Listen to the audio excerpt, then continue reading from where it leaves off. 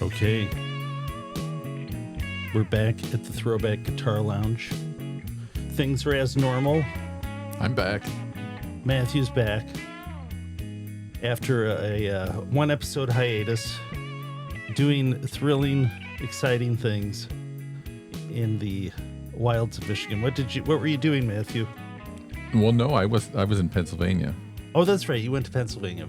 I was visiting. I've got a daughter that was working in a camp in Western Pennsylvania, so we went and visited her. All right. For the weekend, and then went up to see the in-laws in Mississauga. Okay. You're back. Paul filled in your absence. Mm-hmm. I think he did a good job. And he now thinks he probably should have a chance to replace you as bass player of the... he actually didn't say that, but we'll have to play the same thing to do a back-to-back comparison because, he may be giving you a run for your money.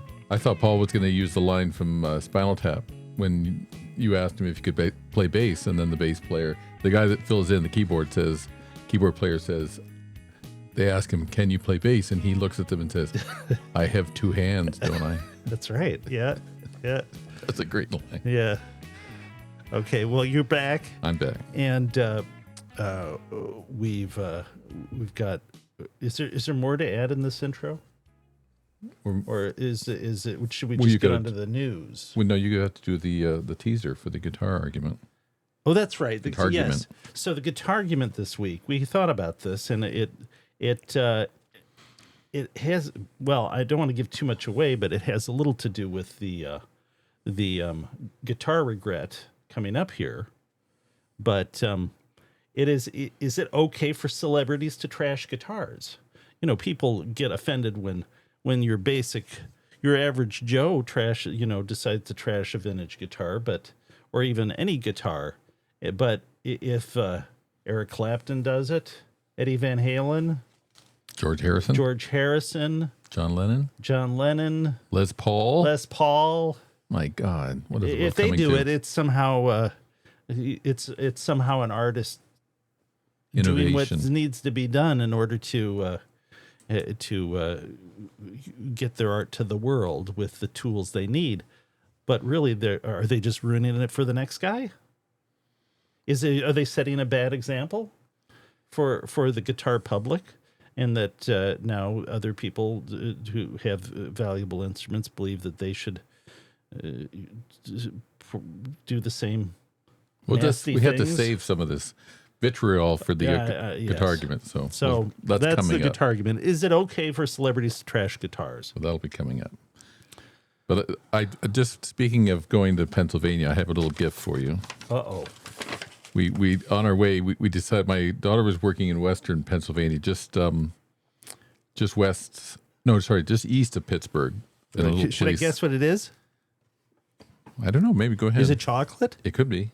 Is it from a famous brand that is in Pennsylvania? It's a Pennsylvania brand, but it may be not the brand you're thinking of. It's not Hershey. It's not Hershey. Okay.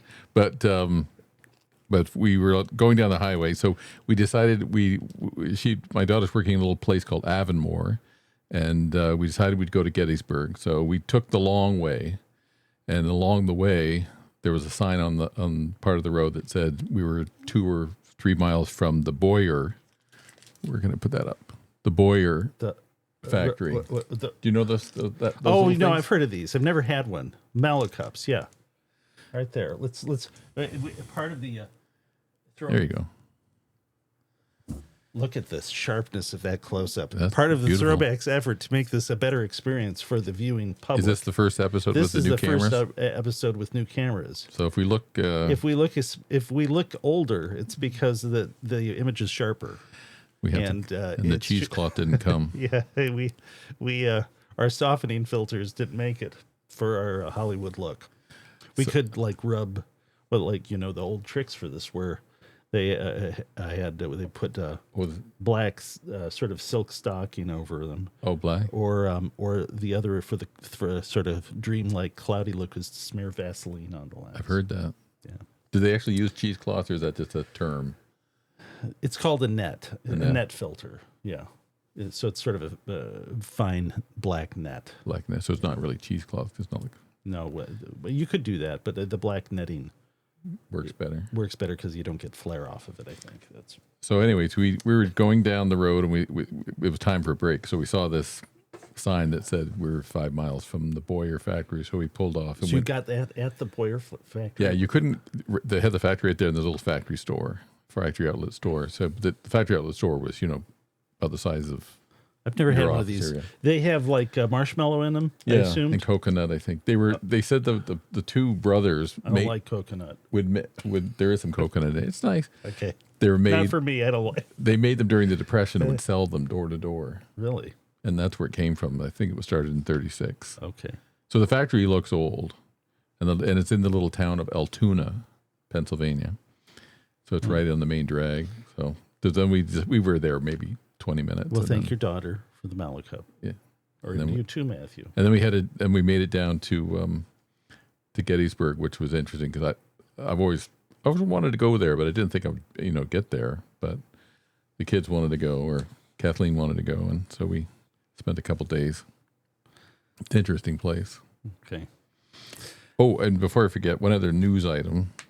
Are we going to the news here? Oh, we should Okay, be. This is also kind of news. Notify the public here. Yes, we're on the news item. Okay. Phil McKnight of the Know Your Gear podcast. That's right. He has mentioned us. He mentioned this in his last podcast and said that he enjoyed listening to us and encouraged people to check out this podcast. He said we were relaxing. He said he enjoyed. Yeah, he said it was calming. Calming. He said he found the pace of the show calming, and he liked to listen to it in the afternoon. See, the problem with that is I feel like calming is like one little step away from boring. I hope it's took just it as a compliment. No, it was a compliment. Yeah. We'll just try to keep it from making that extra step to the dark side of calm. Listen, he has. I know there's a hierarchy in the podcast world, but He's at the top. he has like 450,000 he's way up there. subscribers. So I'll take So I'll take a that's couple a of nice people thing to for come him to over and say. listen to us. So Yeah. let me think. That's all I've. Do you have any other news? I don't have any. Other Well, news. we do have viewer mail, throwback mail. Oh, that's correct? okay. So that'll go into this category too. I thought. Yeah, we it's did. in the news. I didn't have a separate. I didn't type in mail separate. We're gonna bulk that in, put that in with the news. Okay. Well, so can I mention this person's name or just Don't. No, keep I don't it want to feel anonymous? bad. Okay.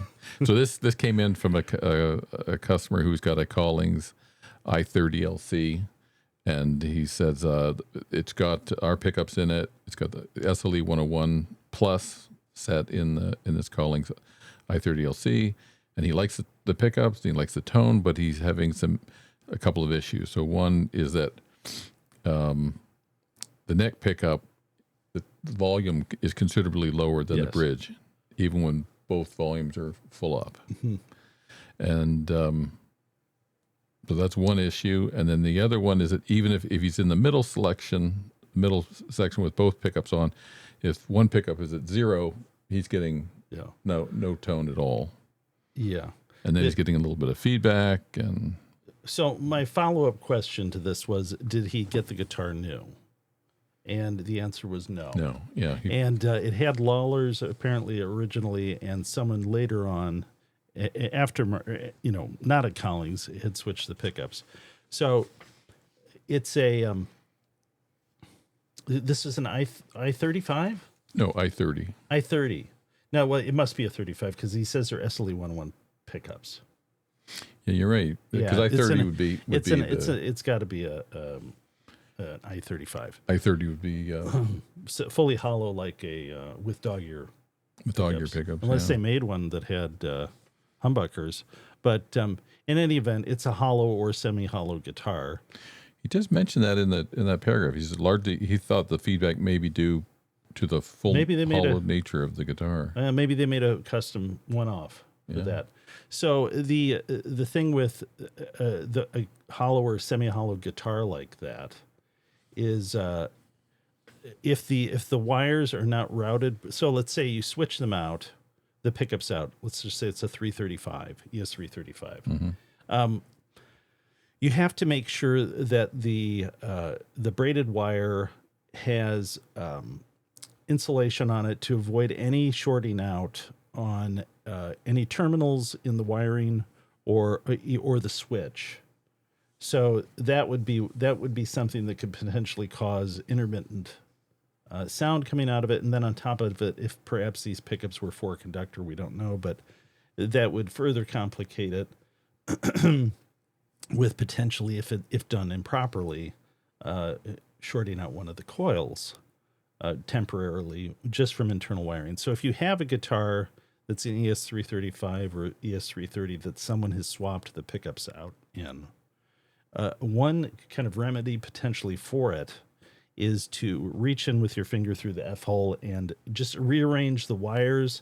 Try to make sure that there aren't any braided wires that are either touching pots or terminals on pots, because just the wrong grounded braid or the either bridges terminals or is grounding out a lug that should not be grounded will create problems, or even a terminal on the switch. So that's a potential fix for that. For anybody who has ES335, ES330, any hollow guitar like that, that maybe you got used and someone to switch the pickups out on, or if you switch them yourself and you're just not getting proper operation out of it, just be aware that if those leads in the body are not insulated, if you're using braided leads, you need to maybe fish around and see if you can get those wires arranged in a manner that avoids any sort of accidental grounding. I think that's why I wanted you to read that. And what about the the feedback issue? The feedback issue, if it's fully hollow, that's kind of well, it depends on the feedback. If it's like a howling feedback, that's the body. If it's a squealing feedback, that could be the pickups or even a cold solder joint. But again, if these are used, then it raises the question, if it's squealing feedback, did the covers come off at some point? Did someone improperly install them? Because that's often the culprit in a situation like that. And then he's asking, the SLE 101 Plus, is that a good match for this guitar? For a semi-hollow or fully hollow guitar, very clear low end. Neck pickup is very clear also. So in good mid balance to that set, and that often works very well in a semi-hollow guitar or a fully hollow guitar. So that would be one of the ones if someone wants the most articulate sound out of even a Les Paul, a solid body, or a semi-hollow. That's a great choice. Is there more? Is there not any more in the throwback mailbox? No, this is the only question. News? This is the only one I've got, but I just want to make sure we've covered all his questions that he's asking. But what about the if the pickup selector's in the middle? Do we cover that? And he's not getting. It's I always have to. If it's vintage wiring, there is a point. I think that's what he's describing there. I always have to revisit it because I never have these. I never dial them down totally to zero. But there's some quirk of vintage wiring where it will kind of in the middle position. You will potentially cut out both of them. I don't know.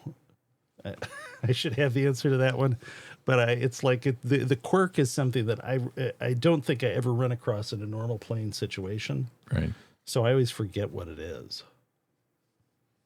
Well, but that may be what he's describing. I don't know. But again, it may be that this is a problem of having someone monkey with wiring after the fact improperly. Yeah. Which is kind of what this really sounds like to me. I think that kind of covers the issues. So then, in that vein, I've got an I-35 here we can play, and you can play the bass, and we'll do a back to back, and maybe we can maybe Paul can watch this and see whether you measure judge. up. Okay. Okay. And it's Let's just do a brief musical interlude. okay, we'll do that. Okay, let me grab them. Before we go, the pickups are the throwback ESG 102B set, and playing with a deluxe reverb, 1979 deluxe reverb on the normal channel, with a Nobles ODR1 through an aux box. Are there anything special about the magnets in those pickups? Oh, these are the Collings version, which has short A2 in both pickups. That's the way they preferred them.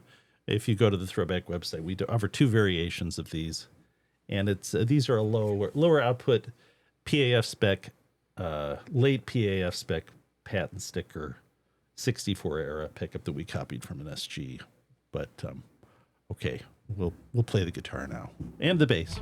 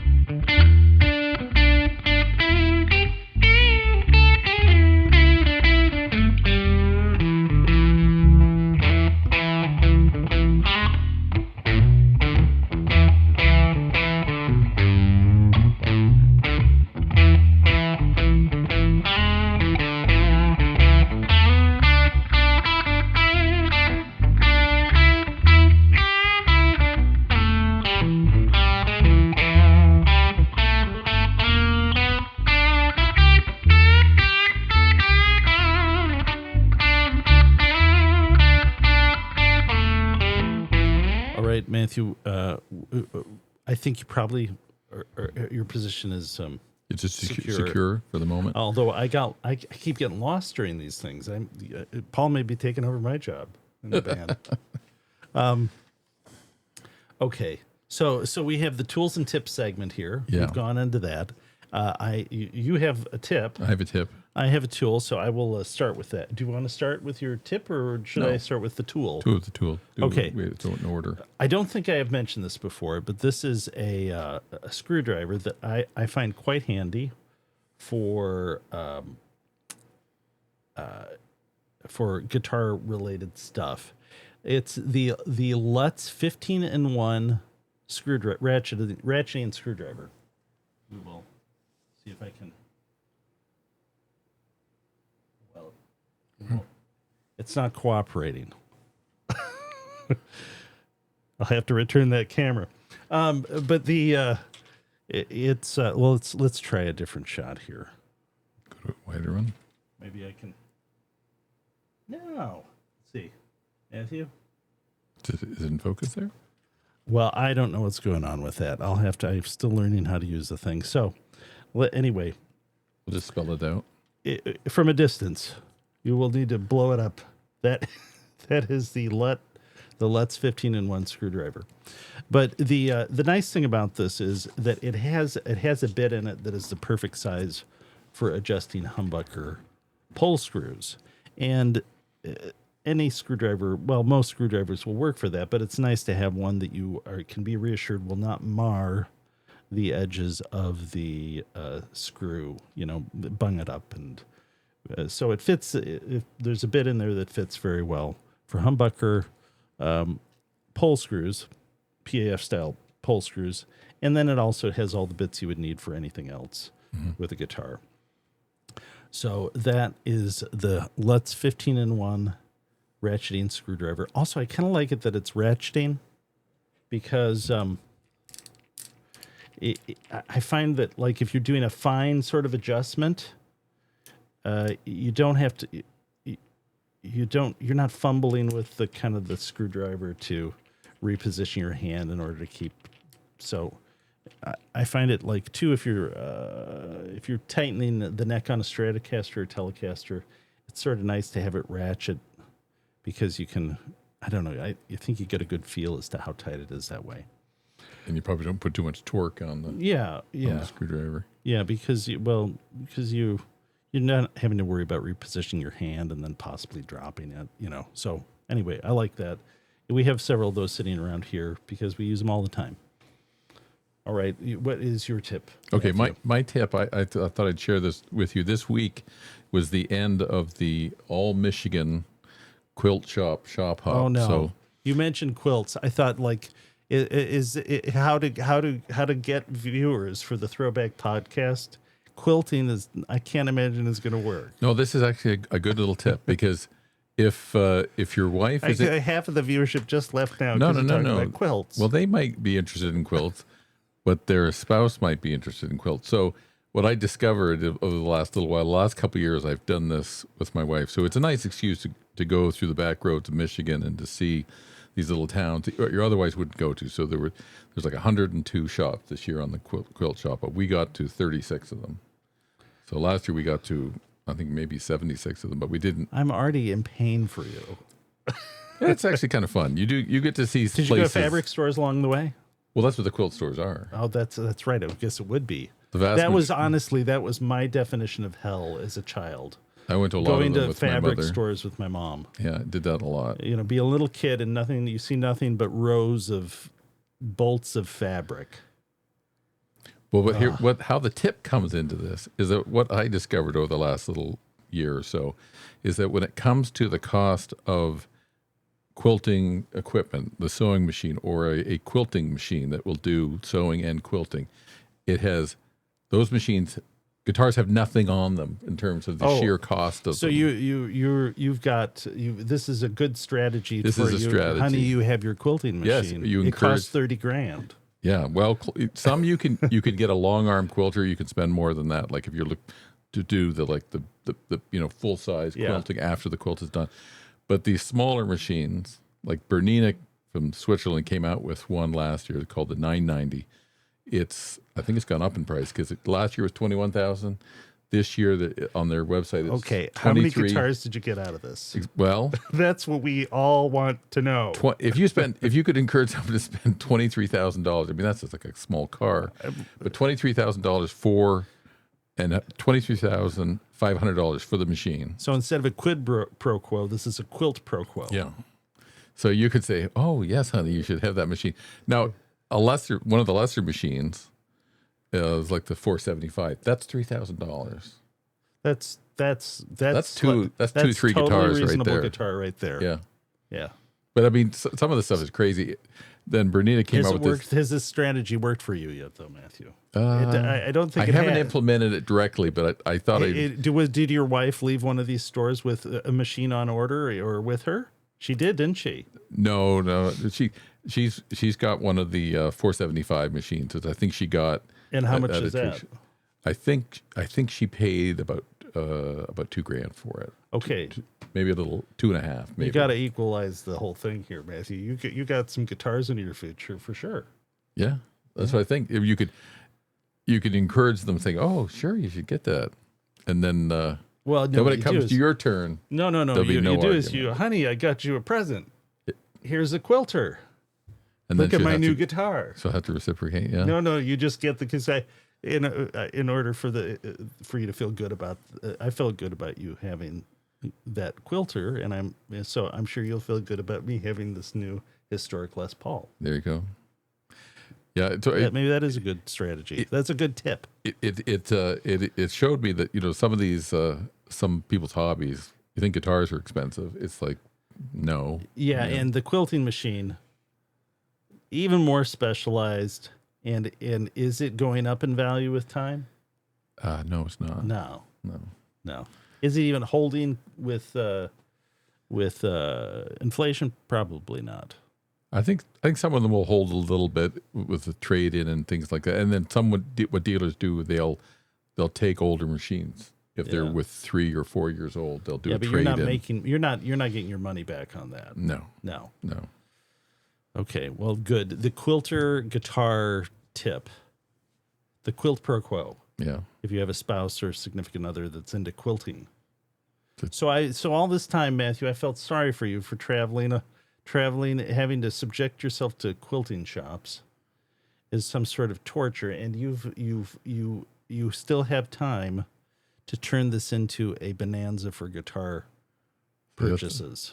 That's what our job is, to share this kind of information with the viewer. Strategies. Okay. All right. Well, that's good. All right. I've changed my mind about quilting. Okay, so we're going to go on to the guitar argument here, Matthew. And again, the guitar argument is it okay for celebrities to trash guitars? Right? We've got 5 minutes for this. And I have prepared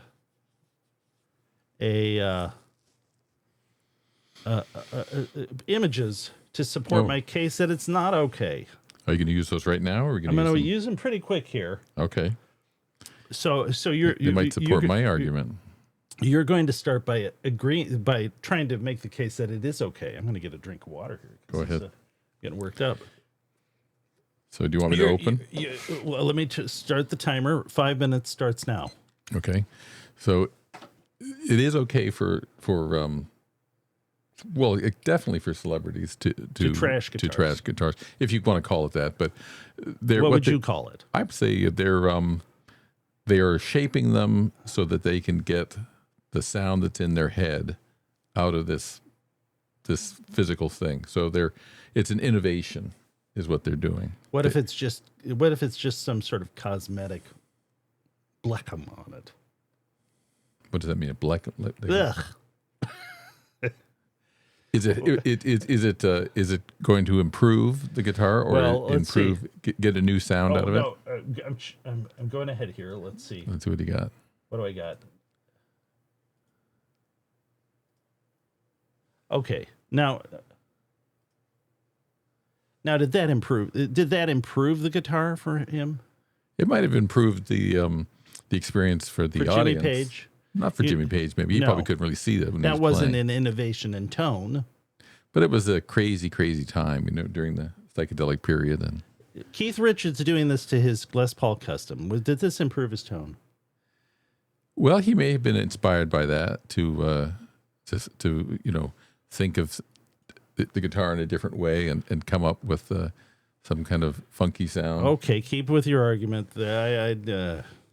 So I look at this as they're going after something that isn't born yet. So they're trying to create the new innovative sounds for the future. So they're way ahead of their time in some. They're ahead of their time. We're stuck in a very small box, and we think they're seeing beyond the frame that we have put this object in called a guitar, and they're taking it to new territory by means of chisel, paint, hacksaw, parts removal, parts substitution. Yeah, just if they want. So I know it's a blank canvas to them. But I think the mere, the regular folks might look at it and say, "Oh my God, you." So if you had a burst, right, and you did this, or let's say you had a 59 Les Paul Custom, and you did this to it, and your name was not Keith Richards, what should happen to you? Should you be publicly flogged? I think that some sort of there should be some sort of punishment for this. Okay, let's say you're not Eddie Van Halen, and you have a burst, and you just rip the neck pickup out of it. And well, for him, it probably was like, I'm playing live. I hit that toggle switch. My tone gets totally messed up. It's got to come out. Okay, so you're Eric Clapton, and you have one of the rarest electric guitars in the world. Doesn't he look like The a sort Carina of Explorer. one of the French He impressionists? looks guilty right there. He looks like an artist there, doesn't he? He chopped off the end of this thing. He looks like a What Degas for? or something. Paul. What for? I don't know. Is it Paul Degas? And if you did that, what do you think would happen? You'd get kicked off of internet forums, derided as being a horrible, horrible person, Horrible. You destroyed ruining a a beautiful historic instrument. object.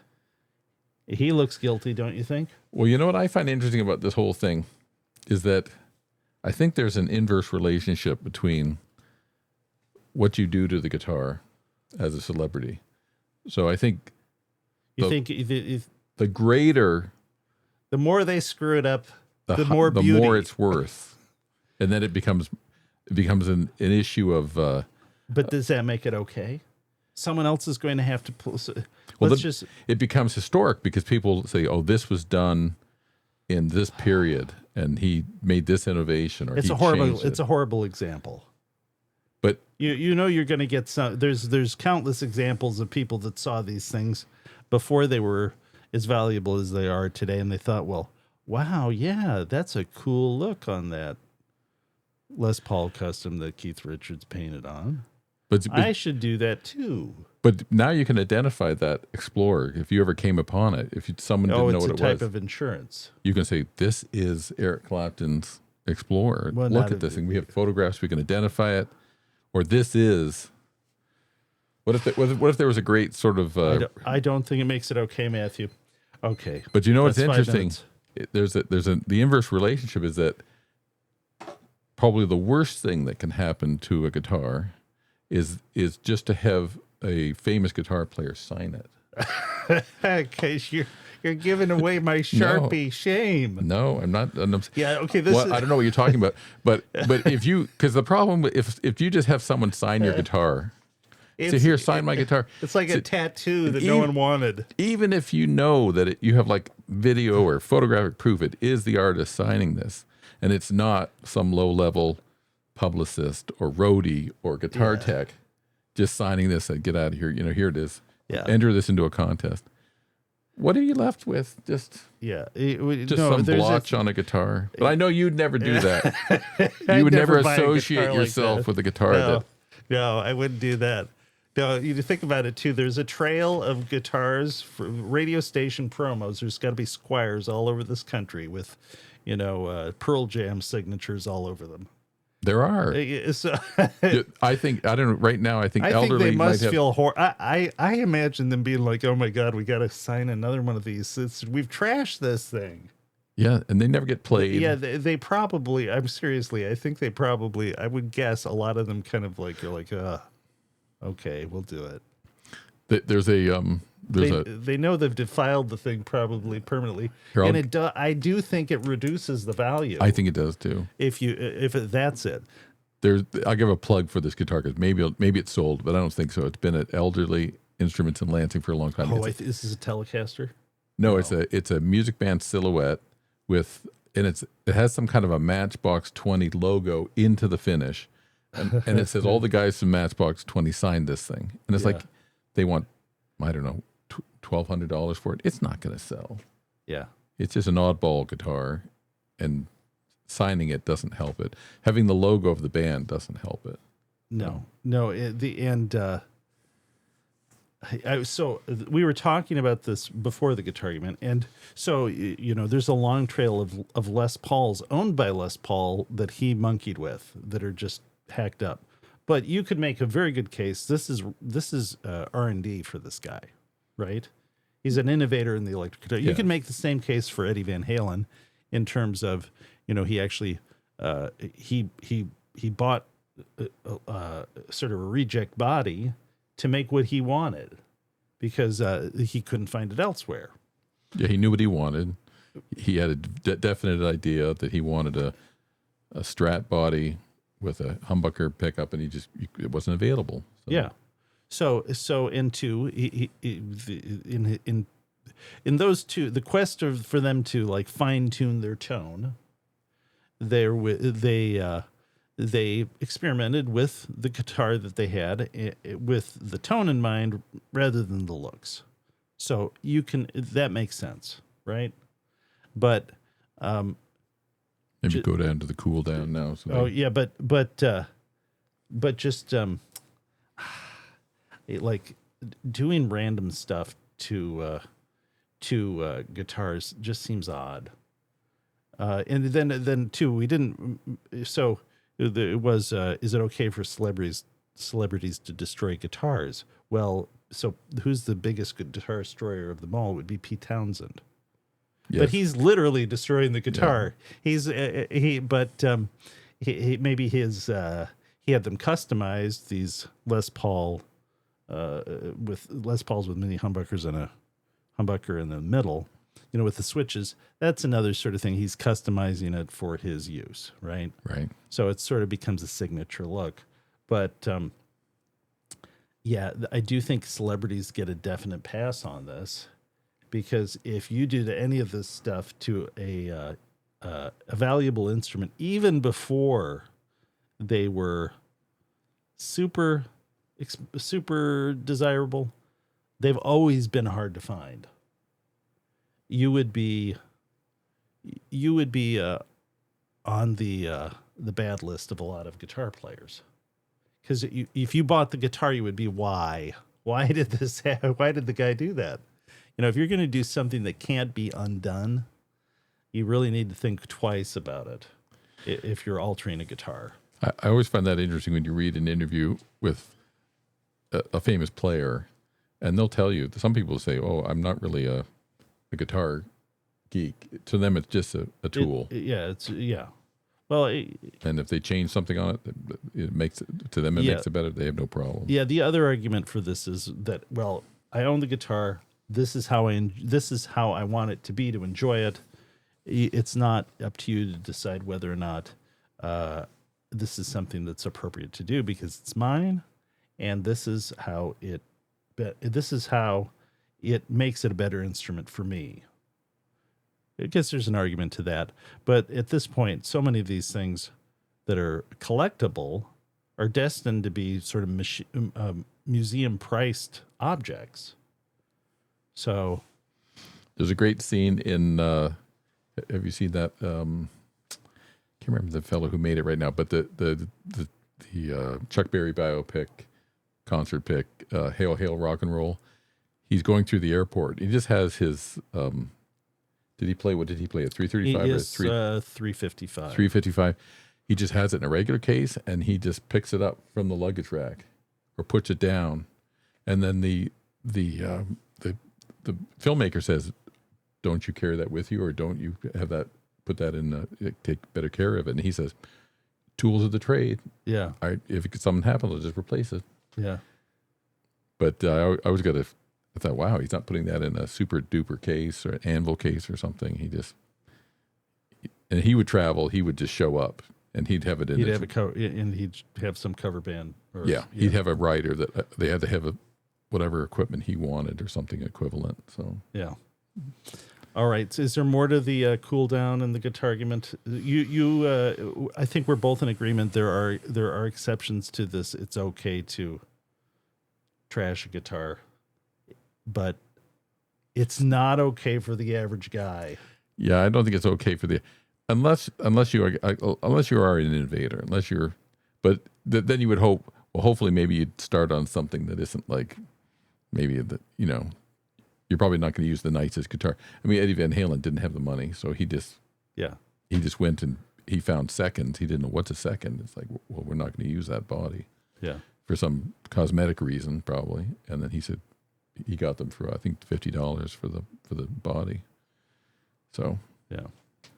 All right, we'll go on to your musical musings, Matthew. Okay. You have many this episode? No, I just have one. I wanted to cover the passing of Ozzy Osbourne. That's right. You were going to bring us down now. No, I don't think so. No. Well, I mean, what I found interesting about, because I was away when he died. So he died. They did the final concert on the 5th of July in Birmingham. He died on the 22nd. So what's that? 17 days after the last show. They buried him 2 days ago, but there was this huge outpouring. Now, I was in Canada when he died, and it just went. So I was watching American news and I was watching Canadian news, and then it was on the front page of the Toronto Star, and it was like it just went on and on. I was like, okay, to me it was like, okay, he's Ozzy Osbourne, Black Sabbath. He was. I was influenced by the early albums, like the Randy Rhoads stuff. Definitely listened to those, and then the guitar licks on that stuff. But it just kept on coming in terms of you realize, okay, it's had a certain cultural impact. Yeah, I watched I watched a California Jam 1974 performance. Oh, really? And Black Sabbath, the crowd loved it. And they were, I mean, I was very young at the time, so I didn't really know. But my sister had Black Sabbath albums. Did she? And I think for many years he's been it's easy to sort of not recognize how many years he was a fixture of at the beginning of that style of music. Yeah, I guess in some ways he never really sort of went away for too long. And if you go back to, like, I guess the reality TV stuff influenced a lot of just mainstream people who don't really know a whole bunch about his music. I had a friend in high school who I think in 8th grade he saw them here. I think they played the Welsh Auditorium. Ozzy Osbourne did. Oh, really? Yeah, and he saw him with Randy Rhoads, I think, shortly before 8th or 9th grade. I think Randy died in, November of '83. Yeah, okay. He must have been a freshman, and for some reason, I think the bill might have been Ozzy Osbourne and Ted Nugent. Really? I'm not sure about that, but I think it might have been. Because I know he saw both of them, and I think it might have been at the same show. The same concert. Is that it for the No, the latest rock and roll tragedy? No, so so then I asked my wife. I said, "Why do you think he was so popular?" Because she knows some of his music, but she felt it was because definitely the reality TV thing. Yeah, but I think it was also his vulnerability. That's what she said, and how he kind of faced, the Parkinson's, and he really came across as just he was a family guy. Yeah, he does. He did come across as a sort of a pleasant guy. Yeah, and he was vulnerable with all his foibles and everything, but he came across as like a real person. Yeah. So I think I was looking at it. I think he's going to be. I don't think some other big rock and rollers are going to have the send off that he did, because I think some of them are. I don't think the rock and roll thing was his main thing. Where I think some other celebrity kind of rock stars, when they go, I don't think they're going to really have had the impact that he had. Yeah. I think it was one of those things where it was kind of shocking how everybody was kind of stunned when he actually did die just right after that concert and everything. Okay, I'm really bummed, Matthew. You've done it. It It not supposed to be a downer. It started with the quilts. You pulled me out of it with the strategy. But with the guitar strategy, the quilt pro quo. Okay, let's go on to the guitar regrets. Is there more, Matthew? Well, okay. Then one thing before we leave Ozzy, did you listen to the first two albums? Did Randy Rhoads have a big impact on you? Oh, I did have a Randy. So they had a Hot Lick series of tapes. Oh, I remember those. Yeah. Cassette tapes where you could buy. Arlene Roth. It was Arlen Roth. Was that who did it? Yeah, who put them together. And I bought Angus Young and Randy Rhoads, and I learned like about 30 seconds of both of them, and particularly Randy Rhoads, and I was like, wow. I don't think it's going to take me forever.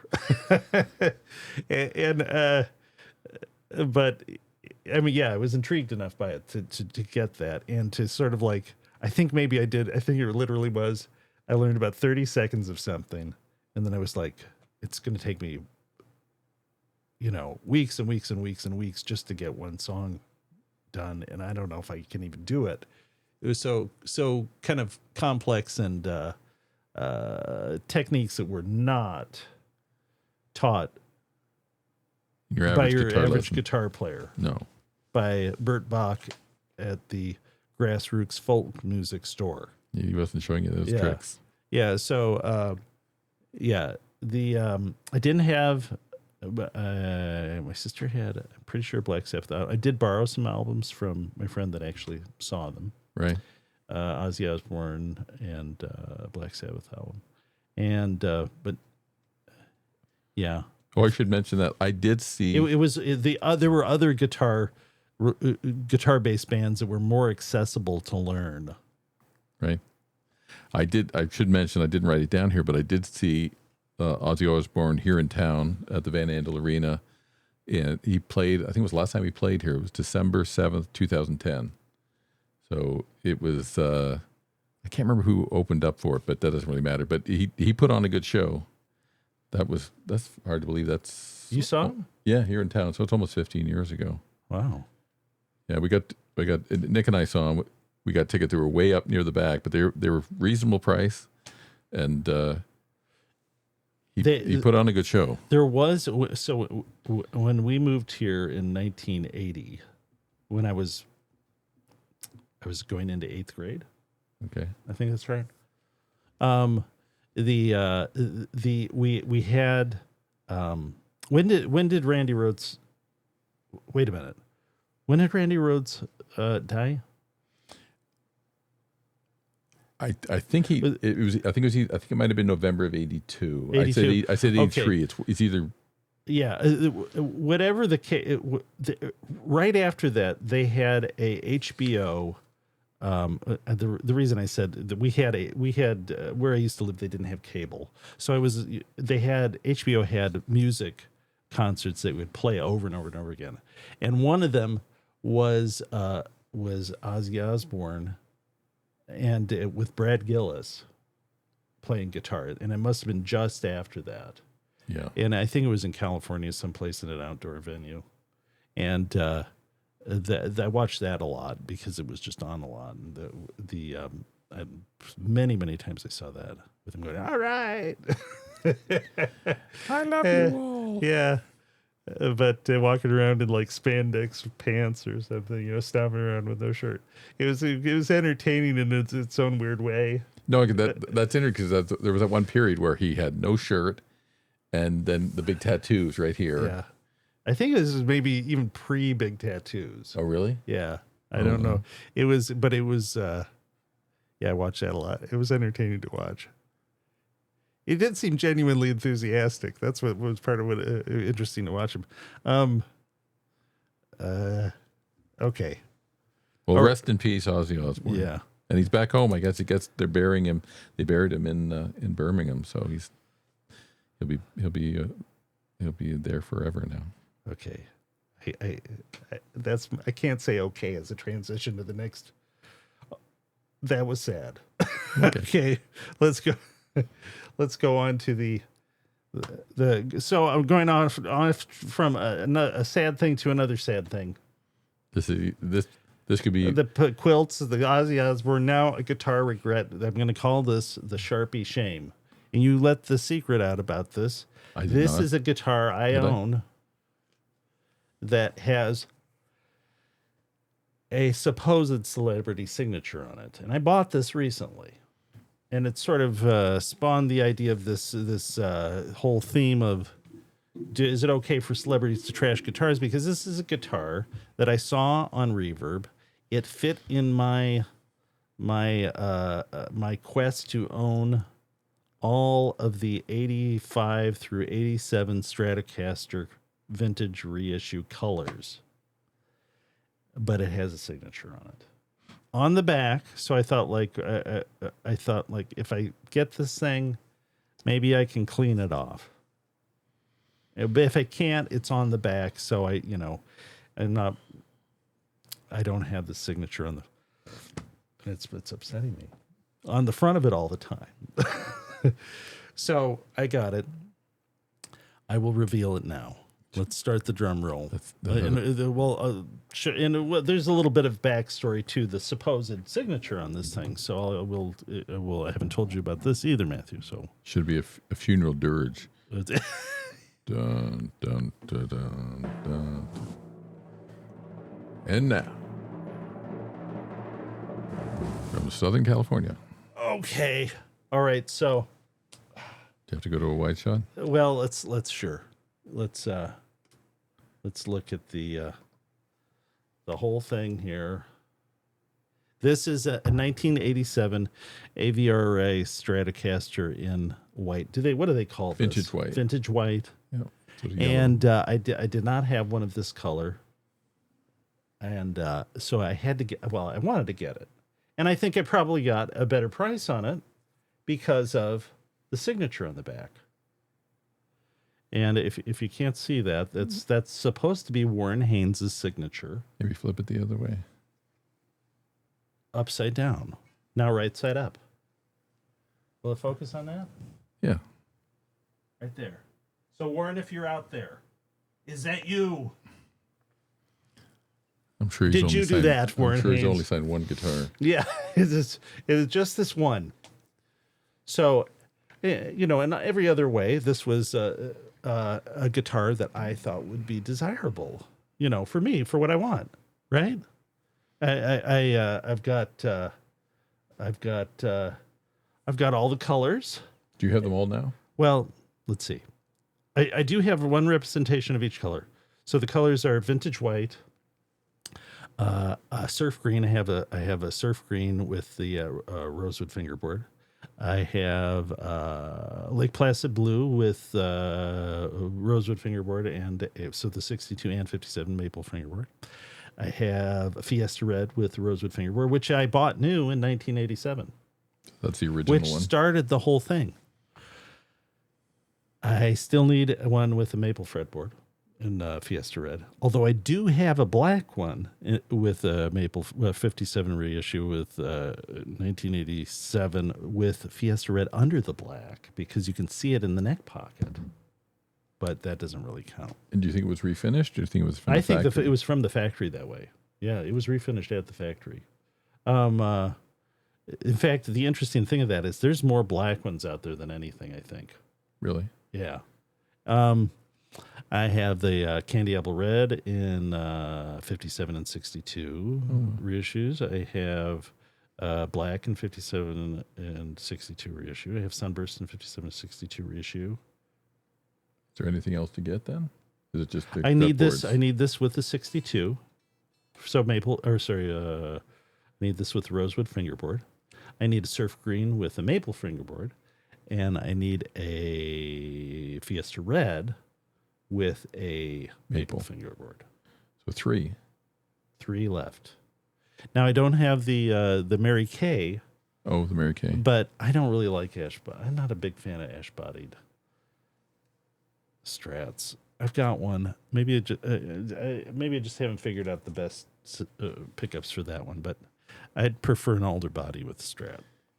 Okay, so with this though, so Matthew, I did not tell you about this, but with this, I'm trying to get it out of here.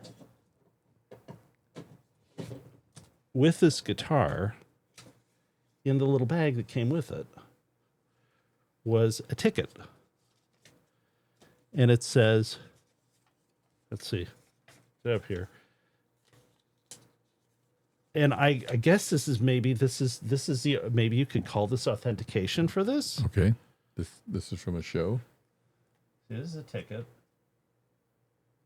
It says, admit one, government mule, $10, general admission. What's the date on it? It's June 11th, 1994. And it says rivalries on Cherry 557 Cherry Street. Concert doors open at 8. Government Mule, June 11th, 1994. $10 general admission, number 283. And it says on the back here, written on the back, right here,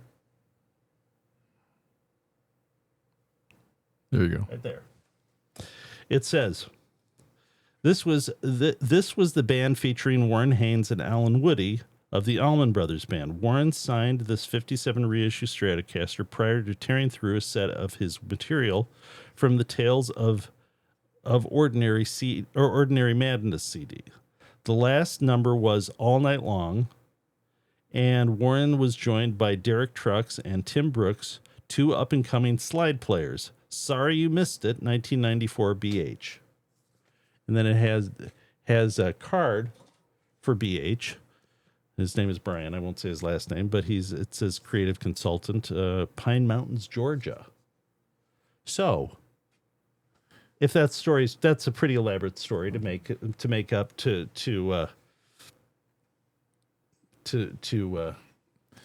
and we looked at to it. make up the fact that he scribbled Warren's Haynes' name on the back of this thing, but maybe this is a real Warren Haynes sort of a celebrity side guitar. Well, we looked up a couple of internet photographs of his signature, and I would say it appears to be, it appears Probably, but it also, you said this is early, so yeah. So 1994.